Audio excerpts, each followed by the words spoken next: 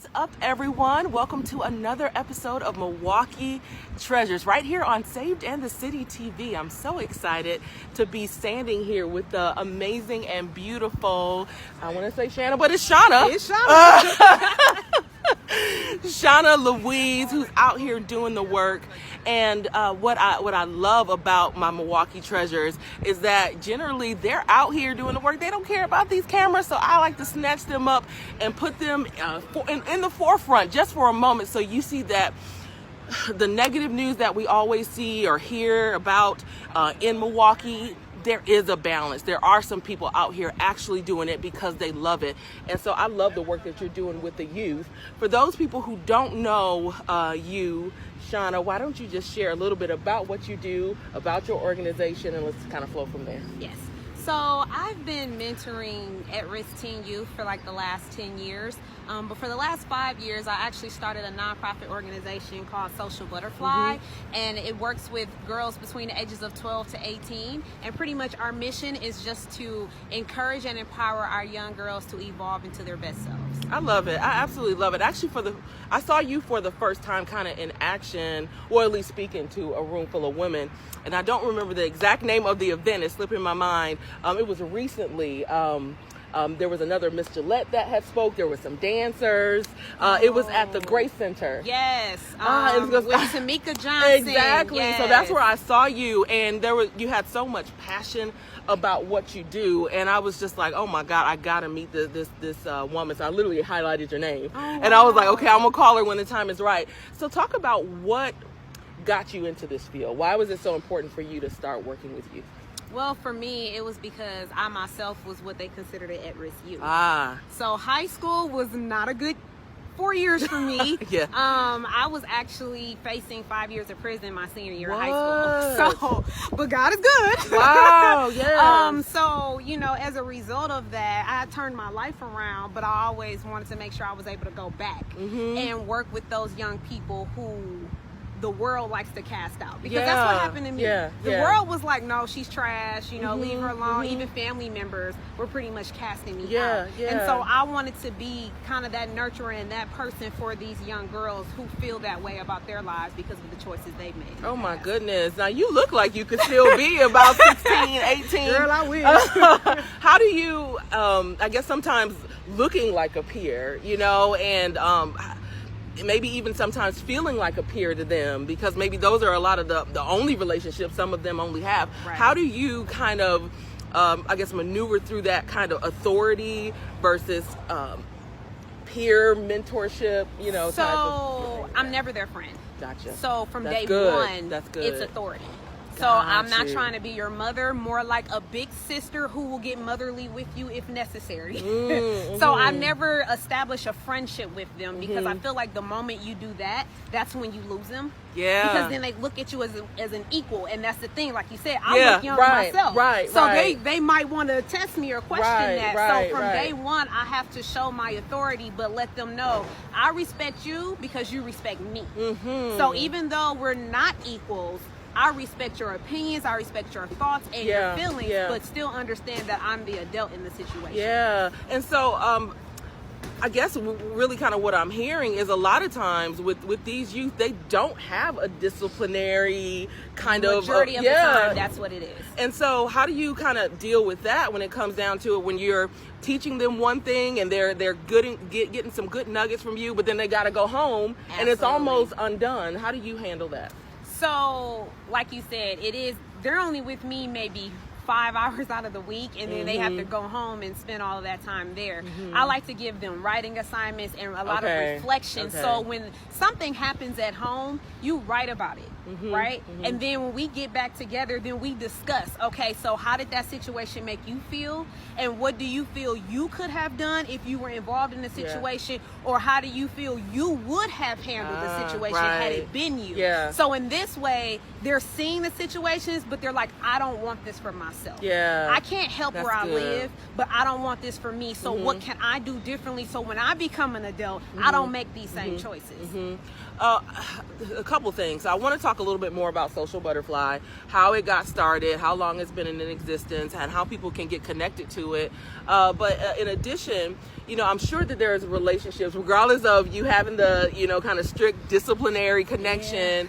There's relationships that evolve. And I think what something to maybe even point out is that people don't always realize that mentorship and the type of work you do is not something that you can pick up and put down. Yeah, no, it's lifelong. Yeah, it's a lifelong. Oh my God. Absolutely. Yeah. So even though technically I only mentor girls from 12 to 18. Yeah. When they turn 18, I don't drop them off. Yeah, You know what I mean? They yeah. don't say, okay, well, bye, Miss Shauna, we're done with you. They're in college. Yeah. You know, yeah. and so I'm still continuously encouraging them. Now they're busier than they were when they were in high school, and then they might have gone off to college.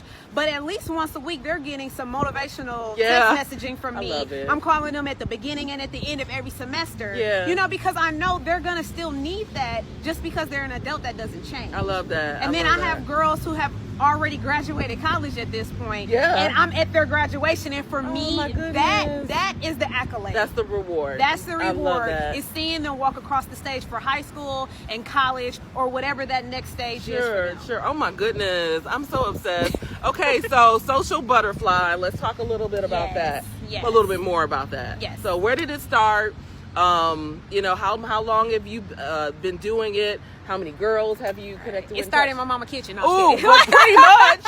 Listen, it dang I've been doing talk shows since I was like 7 years old with my little recorder. Not even knowing. Right. But that's what you were destined to be. Like, that calling. Yeah, honey. I'm telling you, it'd be on you. Yeah. But no, it really started from me mentoring my little cousin. Ah. That's where it started. Because I saw her taking the path that I had taken. Yeah. And I'm like, see, no, we're not going to do that. Yeah. You know? So working with her and seeing her transition, I'm like, oh, okay. I got something to share. But once I became a member at my church, Parkline Assembly of God. Oh, yeah. Shout out to Bishop Harvey. Yes, You love Bishop him Harvey, so much hey. here. Yeah. But the youth pastor there had reached out to me on Facebook and said, I need you to work with my kids. And I'm like, I don't think you want me to work with your kids because I'm so focused on my past. Right. You know, and he was like, no, God told me you're supposed to work with our kids. And so instantly when I got in there, it was like I hit the ground running, building relations. Like kids were just naturally gravitating towards me. I never understood why until I got into my purpose. Oh my goodness, that makes so. Like, we're talking about Milwaukee Treasures and everything that you're doing, but that just blessed somebody right there. You know, a lot of times you're already walking in your purpose before you realize it. And sometimes you just got to tap into that thing that is drawn to you, even if it's like, I don't want to do that, but what let me tell what's following you, you know? Them kids, I said, why do these kids want to be around me? And then it's like, because I have that authority, they say, oh, she's strict, she mean. Oh, can we come over? Wow. Like, why you want to come over? Right, I'm strict in me. Because that was something that they were missing, and they saw it in me. So when they get around me, they're like a totally different kid. Wow. And I'm like, then when I drop them off, their mom like, what? She don't act like that. I'm like, she don't cuss in front of me. See? She will dress differently. Like everything you about raise the that, standard. I raised because I have a standard. Wow, that's gonna bless somebody in relationships. Have a standard in life. Period in life, and people are either gonna rise to the occasion or they're gonna walk away. Absolutely. Oh my God. Okay, so are there any other organizations that you work with, or is it just absolutely, okay, absolutely. Shout them out. I work with Running Rebels. Hey. Shout out to Vic and Dawn. They show love with me. That's dope. I've definitely done some things over with Urban Underground with Charlotte of Moore, course. Love Reggie Charlotte. Moore. And just basically even some things with the Boys and Girls Club, some of the high school sites. You know, so I'm definitely always looking to partner with people, see how we can work out together, because I feel like there's not enough of us, but there's more than enough children for us to share, because somebody that you reach, I might not be able to reach, and vice versa. That's so we need to all be able to work together in certain situations. Absolutely. So the two things I'll say, and then we'll kind of start to wrap up.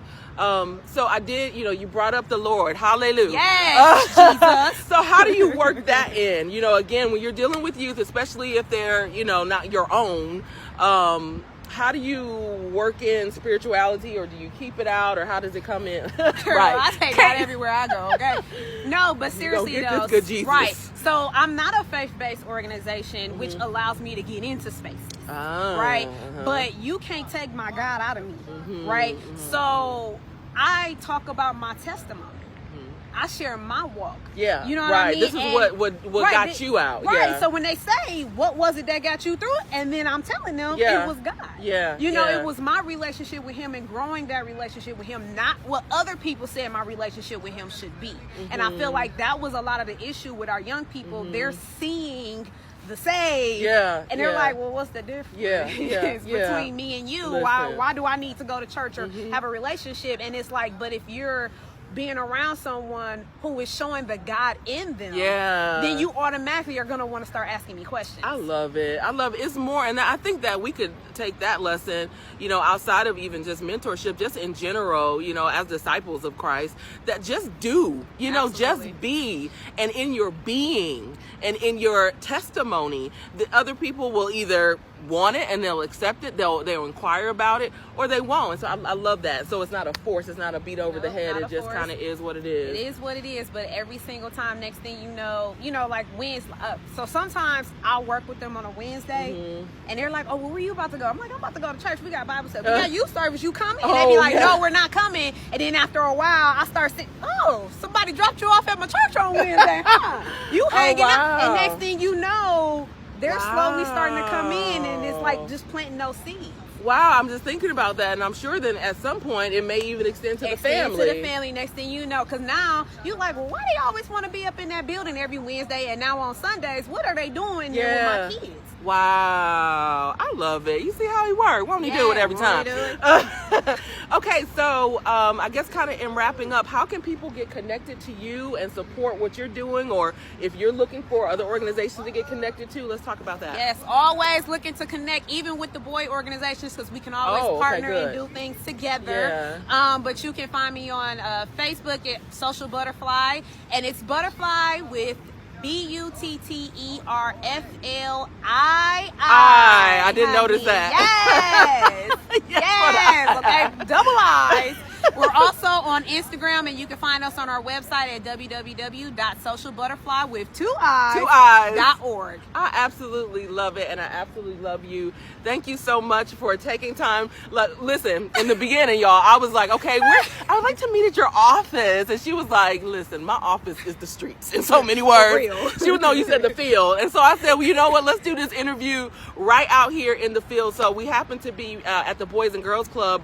Is this in Sherman Park? Yes, we are in Sherman Park, Boys and Girls Club. Mary Ryan, shout out, you know, because, you know, sometimes you need to see people, you know, we're always in offices, but sometimes you need to see us out here in these streets, and we are out here in these streets. In this Milwaukee weather. In this Milwaukee cold weather. I can't believe it, but I'm so excited to have someone like you just out here doing it and meaning it without these expectations in return. Sometimes people do it just to get the pats on the back, and I know that, I mean, I literally called her out of nowhere, you know, so I'm so appreciative of all that you do, and thank you for being an amazing Milwaukee treasure.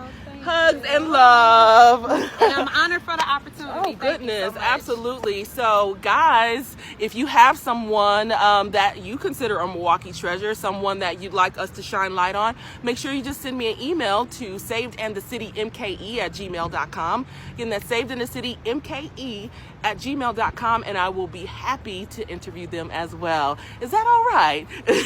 If that's all right, then we'll definitely see you next week, and you guys be encouraged. Bye.